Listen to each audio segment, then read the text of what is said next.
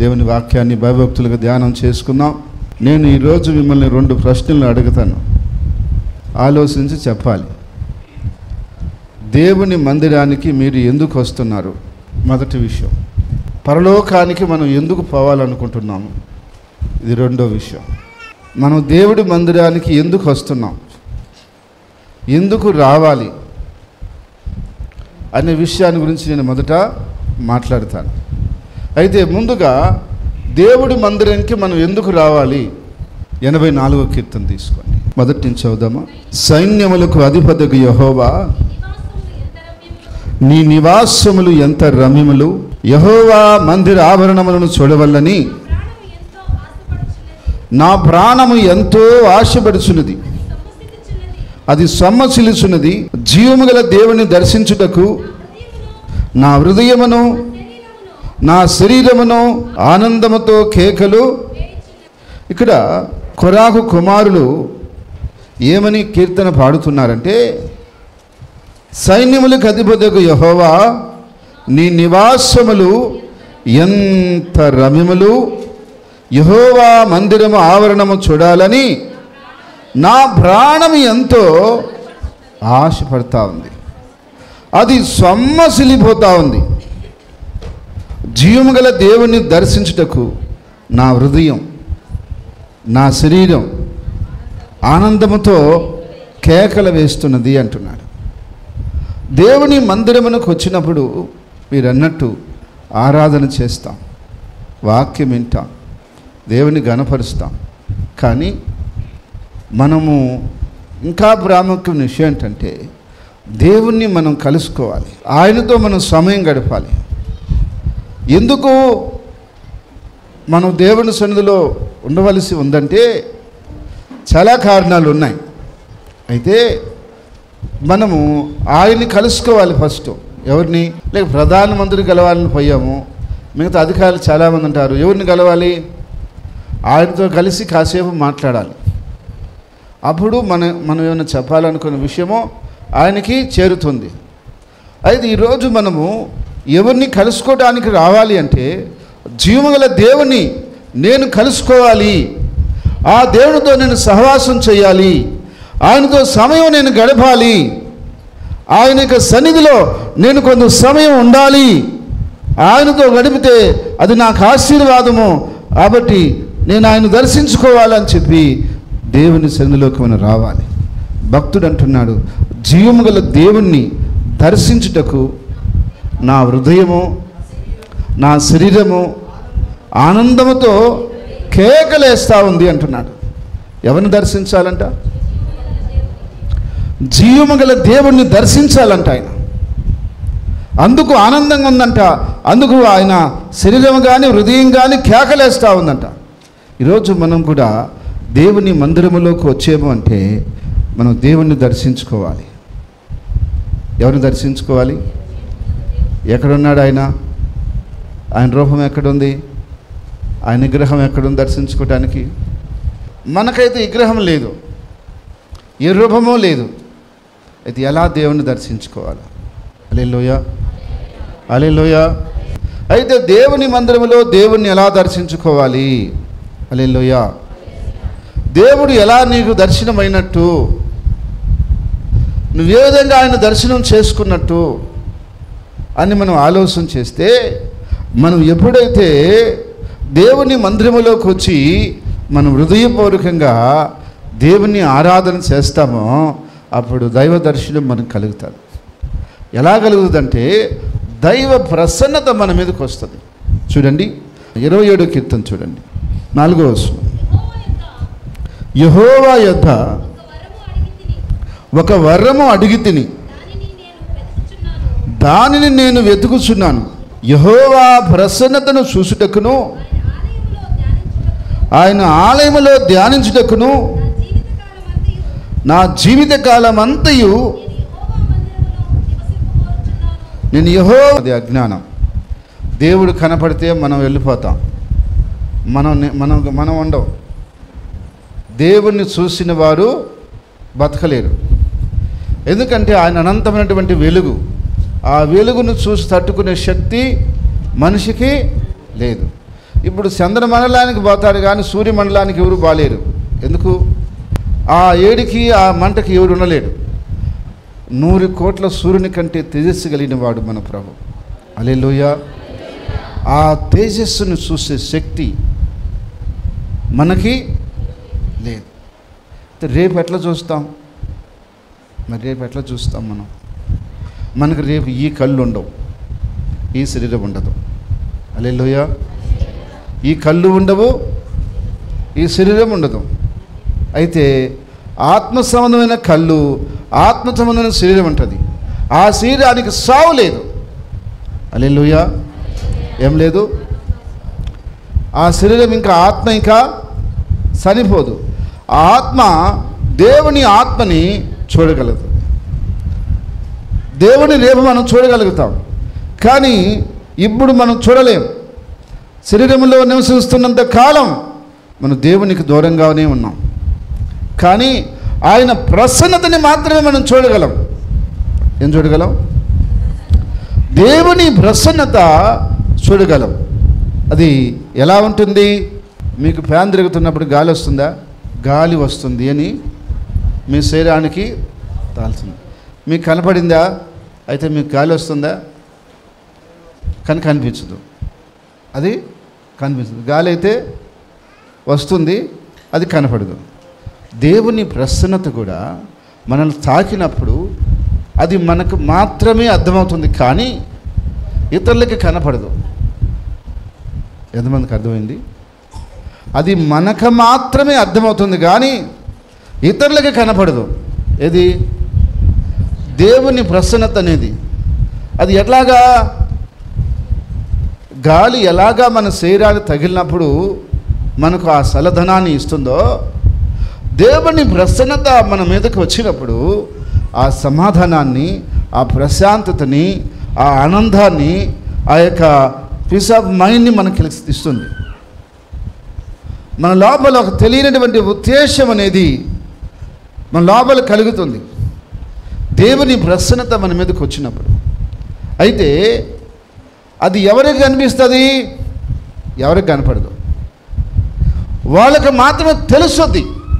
ఏంటి? వాళ్ళకి మాత్రమే తెలుస్తుంది. అది అంతే. ఏమని? దేవుని స్పర్శ నన్ను తాకినది, దేవుని ప్రసన్నత నా మీదకి వచ్చినది అని మాత్రమే వాళ్ళకి తెలుస్తుంది, అర్థమవుతుంది. కానీ బయట వాళ్ళకి వచ్చి అది ఎలా ఉంటుంది అంటే చూపించలేము మనం. అది చూపించేది కాదు. ఎందుకంటే కొన్ని చూపించలేనివి చూపించలేము. గాలి ఎలా ఉందో చూపించండి అంటాడు. చూడండి, అందుకే ఇది ఇక్కడ అడుగుతాడు. యోహాను సువార్త 3:8. గాలి తనకిష్టమైన చోటును విసురును, నీవు దాని శబ్దం ఇందువే కానీ అది ఎక్కడి నుండి వచ్చునో ఎక్కడికి పోవునో నీకు తెలియదు.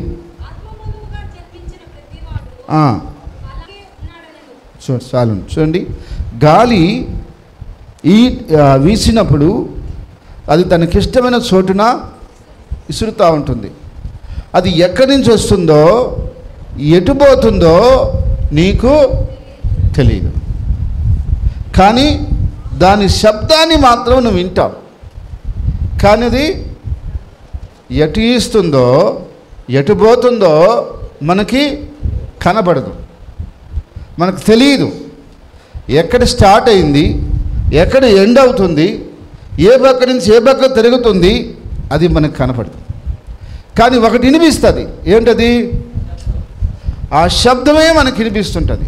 కానీ అదేవిధంగా ఆత్మ మూలంగా జన్మించిన ప్రతివాడునో అలాగే ఉన్నాడు అన్నాడు. కాబట్టి కొన్ని ఆత్మ సంబంధమైన విషయాలని మనం ఆత్మ సంబంధంగానే అర్థం చేసుకోవాలి. శరీర సంబంధంగా అవి మనకు అర్థమో కావు. కాబట్టి దేవుని ప్రసన్నత అనేది కూడా అది మన కంటికి కనిపించేది కాదు. అది మన కంటికి కనిపించేది కాదు.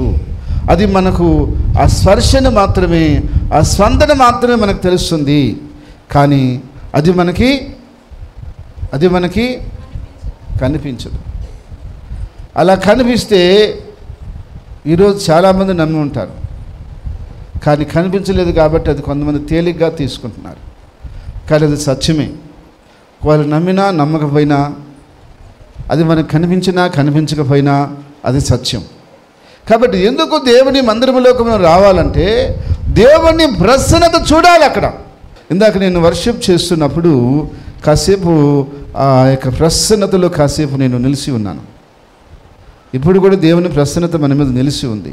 కానీ ఆ సమయంలో ఇంకొంచెం ఎక్కువగా ఆ ప్రసన్నత మన మీద నిలిచి ఉంటూ నేను చూశాను. అయితే మీరు చూసారా?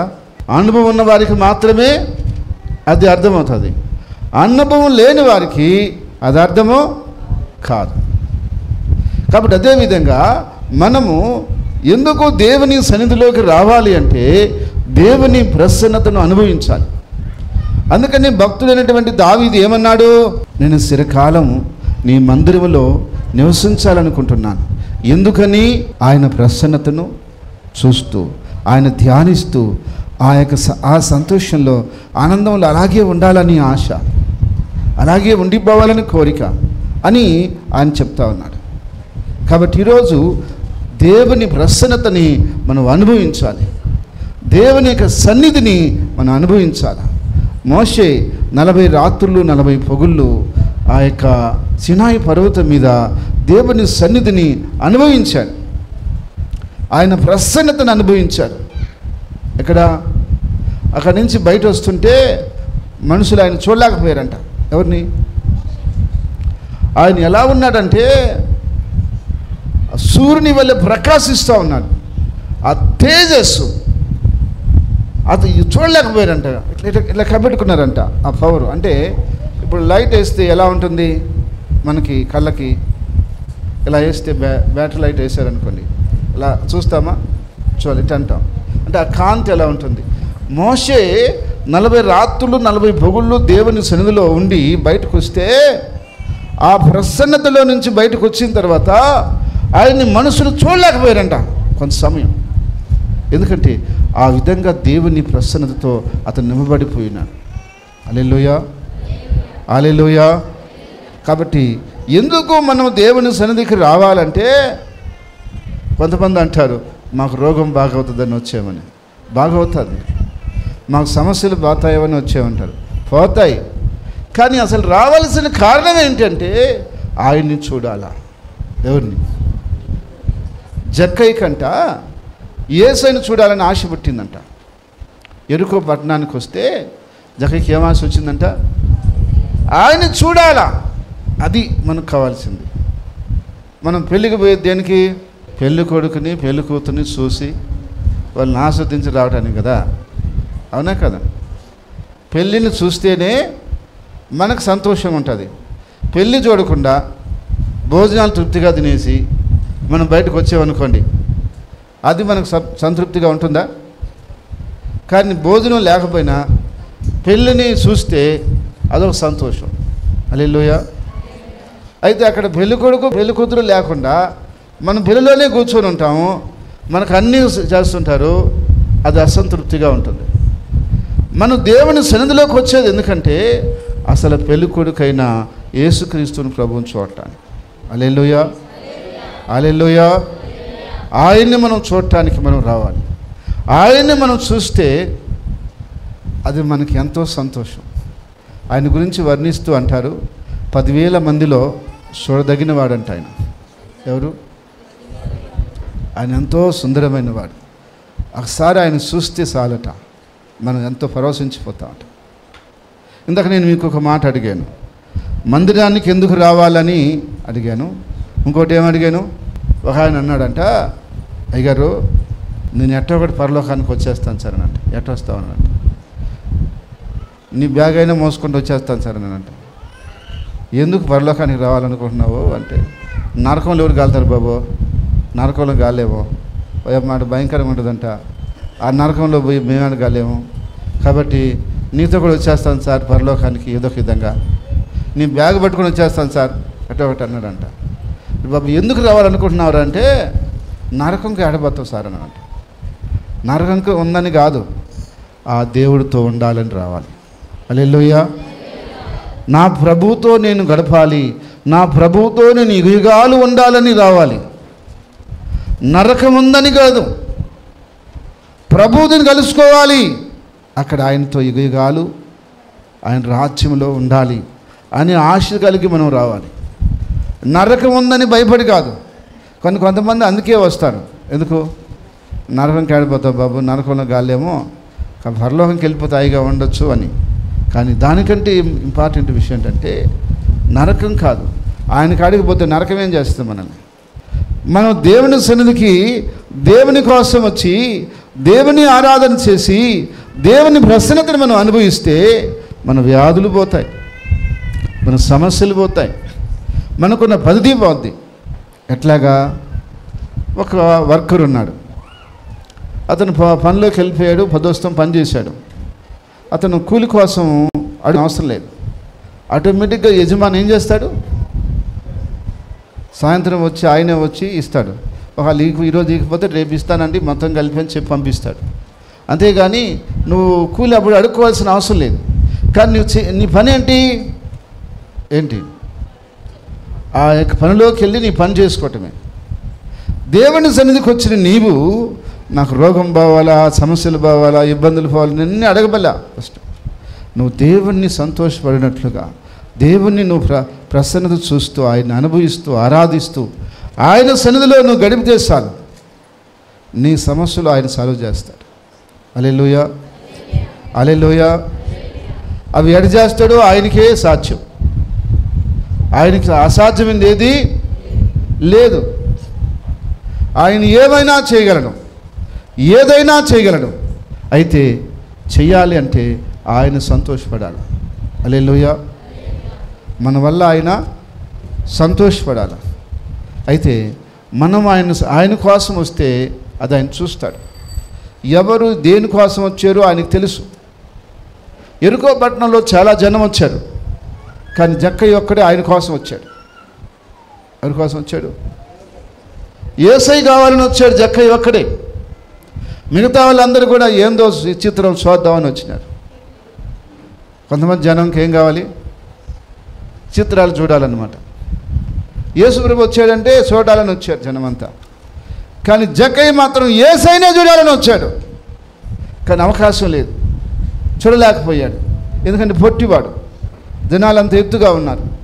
కానీ పట్టుదల గల మనిషి మేడు చెట్టు కూర్చున్నాడు, ముందుగా పోయి యేసయ్య నేరుగా ఆడికి వచ్చి ఇలా చూశాడు. జక్కయ్య దిగిరా అన్నాడు. ఎందుకని? యేసయ్య మనుషుల హృదయాలను ఎరిగినవాడు. ఎవరు ఆయన కోసం వచ్చారో, ఎవరు ఆయన చూడాలని ఉన్నారో ఆయనకు తెలుసు. హల్లెలూయా. అందుకని యేసు ప్రభు ఏమన్నాడు? రా, మీ ఇంటికి పోదాంరా అన్నాడు. జనాలందరికీ అది చూసి అసూయ కలిగింది. ఎందుకు? మనం మంచి వాళ్ళమి, మన దగ్గరకు వస్తే బాగుండు కదా. ఈ పొట్టివాడు జక్కయ్య పాపి దుర్మార్గుడు, ఇతని కాడికి పోతున్నాడు. ఎవరు? యేసయ్య. తెలీదా ఈయనకి? వాడి సంగతి తెలీదా? ఎవరి సంగతి తెలీదా? వాడి కాడికి ఎట్టబోతాడు అనుకుంటున్నారు వీళ్ళు. కానీ హృదయంలో ఉండేది ఎవరికి తెలుసు? ఆయనకు తెలుసు. జక్కయ్య ఏ హృదయంతో వచ్చాడో, ఏ ఆశతో వచ్చాడో యేసయ్యకే తెలుసు. వీళ్ళందరూ ఎందుకు వచ్చాడో కూడా తెలుసు. కానీ జక్కయ్య ఆ ఆశతో, ఆ హృదయంతో ఉన్నాడు కాబట్టి దేవుడు ఆయన కాడికి వెళ్ళాడు. ఆయన చూసి ఆయన ఇంట్లోకి పోయాడు. ఈరోజు మనం అందరం కూడా ఏ ఆశతో వస్తున్నాం? ఎలాంటి ఆశతో వస్తున్నాం? ఒకవేళ తెలిసి తెలియక మనం ఏదో ఒక ఆశతో రావచ్చు ఇక్కడికి. కానీ ఎలాంటి ఆశతో రావాలి? నా దేవుణ్ణి దర్శించుకోవాలి, ఆయన ఆరాధన చేసుకోవాలి, ఆయన ప్రసన్నతను నేను చూడాలి, ఆయనతో, ఆయన సన్నిధిలో, ఆయన బిడ్డలతో సమయం గడపాలి అని మనం రావాలి. ఒక ఆయన లాస్ట్లో వస్తాడంట చర్చికి. ఎప్పుడు చివరి ప్రార్థన అప్పటికి వచ్చేస్తాడంట. ఆ పాస్టర్ గారు అడిగాడంట, ఏం సార్ ఒక వారం అంటే లేట్ అవుతుంది, సరే పానీలు అనుకోవచ్చు, సరే 2 వారాలు కూడా లేట్ అయింది, పానీ అనుకోవచ్చు, ప్రతి వారం మీరు లాస్ట్లోనే వస్తున్నారే, అసలు ఎందుకు వస్తున్నారు అన్నాడంట. అయ్యగారు, మా బంధువులంతా యేసు ప్రభువుని నమ్ముకునేశారు, వాళ్ళంతా మీ గుడికే వస్తారు. ఆదివారం నాకు సెలవు, వాళ్ళ ఇంటికి పోదామంటే వాళ్ళు ఉండరు, ఇక్కడ అయితే దొరుకుతారు అందరు నాకు. మళ్ళీ ఇంటింటికి తిరగకుండా ఆటో ఖర్చులు లేకుండా ఛార్జీలు లేకుండా అందరిని ఆడ చూసుకొని మందిరం కాడ చూసుకొని వెళ్ళిపోదామని వస్తానండి అంట. ఆయన దేనికి వస్తున్నాడు మందిరానికి? వాళ్ళ బంధువులందరూ ఆడికి వస్తారు. ఇది అక్కడ చూసుకొని మళ్ళీ ఖర్చులు లేకుండా, ఇంటి ఖర్చు కదా, ఏడో ఒకేసారి మాట్లాడుకొని వెళ్ళిపోదామని వస్తారంట ఆయన. చూడండి ఆయన ఉద్దేశం ఎలా ఉందో. కాబట్టి రకరకాలుగా మనుషులు ఉద్దేశాలు ఉంటాయి. అసలు ఏమైనా ఉద్దేశం ఉండాలి అంటే ఆయన చూడటానికే నువ్వు రావాలి. హల్లెలూయా. ఆయన దర్శించుకోవడానికి నువ్వు రావాలి. ఆయన దర్శనం చేసుకోవాలని నువ్వు రావాలి. ఆయన ఆరాధించుకోవాలని నువ్వు రావాలి. ఆయన ప్రసన్నతను చూడాలని నువ్వు రావాలి. అప్పుడు అది దేవునికి ఇష్టమైంది. హల్లెలూయా. అంతేకాని ఇంక ఏదేదో ఇతర కారణాలు చాలా ఉన్నప్పటికీ అవన్నీ కూడా సరైనటువంటి కారణం కాదు. కానీ నిజమైన కారణం ఏంటంటే నువ్వు ఆయన కలుసుకోవాలి. నేను వారం రోజులు అయిపోయిందయ్యా ఆయన చూసా, ఈరోజు పోయి ఆయన చూడాలా, ఆయన కలుసుకోవాలా, ఆయన దగ్గరికి వెళ్ళాలా అనేటువంటి ఆతృతతో, అనేటువంటి ఆశతో మనం దేవుని సన్నిధిలోకి రావాలి. దేవుని సన్నిధిలోకి వచ్చిన మనము మన ఆత్మతో సత్యంతో మన హృదయపూర్వకంగా దేవుని ఆరాధించి స్తుతించి ఆయన్ని మహిమపరచాలి. ఎప్పుడు అలా మనం మహిమపరుస్తామో ఆరాధిస్తామో ఖచ్చితంగా ఆయన ప్రసన్నతను మనం చూస్తాం. హల్లెలూయా, హల్లెలూయా. ఆయన ప్రసన్నత మనం అనుభవిస్తాం, అది మనం చూస్తాం. కాబట్టి ప్రియ దేవుని బిడ్డలారా, మీరు ప్రతి ఆదివారం ఎందుకు వస్తున్నారో నాకు తెలియదు, కానీ ఇక మీదట మీరు ఎందుకు రావాలి?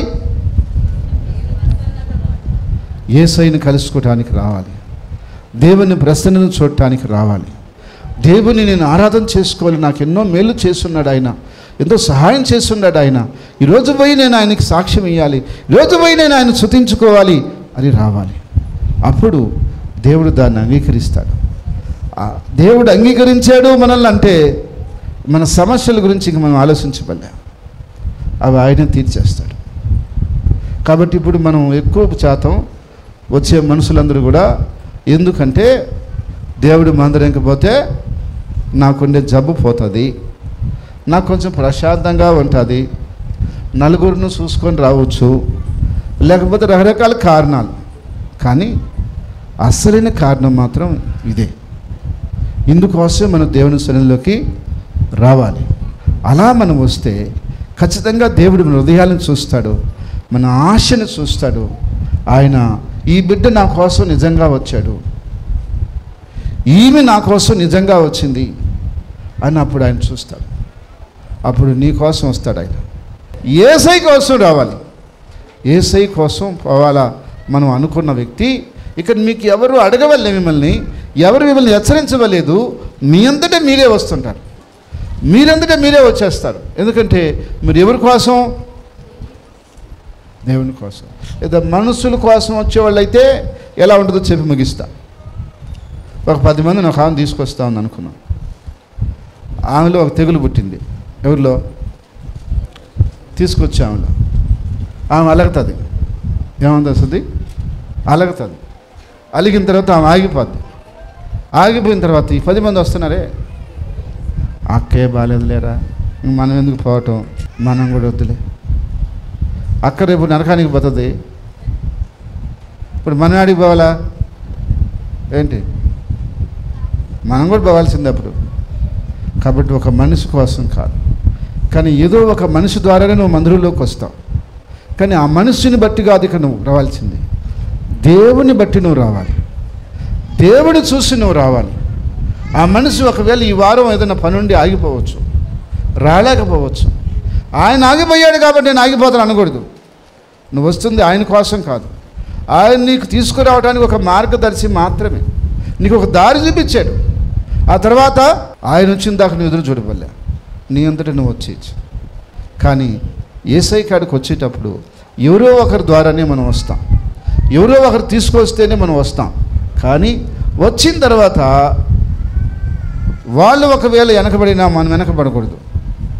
మనం ప్రతి వారం దేవుడి సన్నిధిలో ఉండాలి. నాకు యేసయ్యను చూపించావు చాలయ్యా, ఇక నేను ఆయనతో నడుచుకుంటుంటా.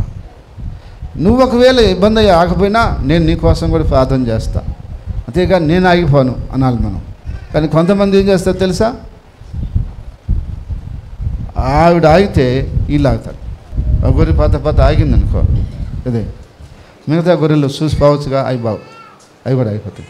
ఇది పోయిందనుకో మళ్ళీ ఇవి కూడా పోతాయి. అది గుంటలో పడిందనుకో, గుంటలో పడిందనుకో చూడదు, ఇది కూడా పడుతుంది మళ్ళీ. ఎడా పతనోడు అనమాట లా ముందుకి. అందుకని మనుషుల్ని దేవుడు గొర్రెలతో పోల్చాడు. గొర్రెలు కూడా అంతే, తలకాయ ఉంచుకొని పతానే ఉంటాయి. మనం దేవుణ్ణి వెంబడించాలి, అప్పుడు మనం ఆగిపోం. దేవుళ్ళలో మనం పొరపాటు చూడలేము. హల్లెలూయా. యేసయ్యలో పొరపాటు ఉందా? నాలో భాగం ఉందని మీలో ఎవడైనా చూపించగలడా అని అడిగాడు. ఎవడు చూపించలేకపోయాడు. అందుకని మనం ఆయన చూడాలా, ఆయన ప్రసన్నత చూడాలా. ఇప్పుడు ఒక సందర్భంలో కొన్ని శోధన ఎదురైనప్పుడు విశ్వాసి బలహీన పడతాడు. కానీ అట్టనే దేవుడు వదిలేడు అతన్ని. దేవుడు మళ్ళీ పట్టుకుంటాడు, దేవుడు మళ్ళీ లేవదీస్తాడు, ముందుకు తీసుకొస్తాడు. కానీ నువ్వు ఆ వ్యక్తిని చూసి నువ్వు ఆగిపోకూడదు. నీ మట్టుకు నువ్వు దేవుణ్ణి పరిపూర్ణంగా వెంబడించడం నేను నేర్చుకోవాలి. హల్లెలూయా. అలా నేర్చుకుంటే మనం పరలోకం దాకా పోతాం, లేదా మధ్యలో ఎక్కడ ఆగిపోతామని తెలియదు. మనిషి బ్రతికున్నంత వరకు సమస్య కూడా ఉంటుంది, ఉండకుండా పోదు. కానీ అంత మాత్రాన మనకు సమస్య లేని చోటు కావాలంటే ఎక్కడ దొరకదు. అది చాలామందికి అది తెలియదు. అందుకని మనం ప్రభువుని చూస్తూ ప్రభు కొరకు నిలబడి వెంబడించాలి. అప్పుడు మనుషుల్లో మార్పులు వస్తుంటాయి, మళ్ళీ అటు ఇటు అవుతుంటారు, మళ్ళీ సరిచేయబడుతుంటారు, పోతూ ఉంటారు ముందుకి. కానీ మన దేవుళ్ళో మారడం, నిన్న నేడు ఏకరీతిగా ఉన్న దేవుడు యేసుక్రీస్తు ప్రభు.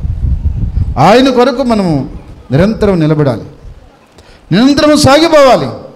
వాడు సర్వలోకం సంపాదించుకొని తన ప్రాణం నష్టపరుచుకుంటే వానికి ఏమీ ప్రయోజనము అన్నాడు. కాబట్టి దేవుని వాక్యం చెప్తా ఉంది, మనం అంతకంటే నష్టం ఇంకోట్లేదు. అందుకని మన ప్రయాణం పరలోకం దాకా పోవాలి. ఎడదా పోవాలి? పరలోకం దాకా పోవాలంటే ఎడ చూడాలి? మనం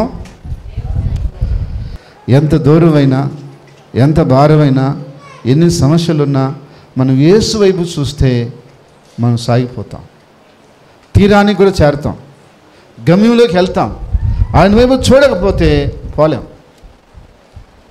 నువ్వు చూడాల్సింది ఎవరిని? యేసయ్యని చూడాలా. అందుకని మనం ఎందుకు రావాలి మందిరానికంటే యేసయ్యని చూడటానికి రావాలి, యేసయ్యని కలుసుకోవడానికి రావాలి, మనం యేసయ్యతో ఉండటానికి రావాలి. మనము అలా వస్తే ఆయన చూస్తాం, ఆయన ప్రసన్నత మనం అనుభవిస్తాం, ఆయనలో మనం ఆనందిస్తాం, మన సమస్యలను కూడా ఆయన తీరుస్తాడు. ఆమేన్. కాబట్టి ఇక నుంచి మనం ఏ కారణంతో వస్తున్నావు నువ్వు అని అడిగితే యేసయ్యని చూడటానికి వస్తున్నాయా, ఆయన ప్రసన్నతని చూడాలని వస్తున్నాయా, ఆయన్ని కలుసుకోవాలని వచ్చానయ్యా. ఎవరిని? నువ్వు నిజంగా అలా వస్తే నిన్ను ఆయన కలుసుకుంటును గాక, నిన్ను ఆయన దర్శించును గాక, ఆయన ప్రసన్నత నీకు అనుగ్రహించును గాక. ఇంతవరకు నీ కృపను బట్టి, నీ సహాయముని బట్టి మేమందరము నీ దగ్గరికి వచ్చాం. కానీ ఏయో కారణాలతోనే వచ్చాం. కానీ నిజమైన కారణంతో మేము రావాలని ఈరోజు మీతో మాట్లాడాను. అవునయ్యా, నిన్ను చూస్తే చాలదా? నిన్ను దర్శించుకుంటే చాలదా? నువ్వు మాకు దర్శనమైతే చాలదా? నీ ప్రసన్నత మేము చూస్తే చాలదా ప్రభా? అది మేము అనుభవిస్తే చాలదా? అంతకంటే మాకేం కావాలి? యేసయ్యా, యేసయ్యా, నీకోసం వచ్చి అయ్యా బిడ్డలుగా, వ్యక్తులుగా మమ్మల్ని అందరినీ కూడా బలపరిచి ఆశీర్వదించమని, వర్ధలా చేయమని, దీవించమని నీకు అప్పగిస్తూ యేసుక్రీస్తు నామంలో ప్రార్థించి అడిగేడుకుంటున్నాము తండ్రి. ఆమేన్.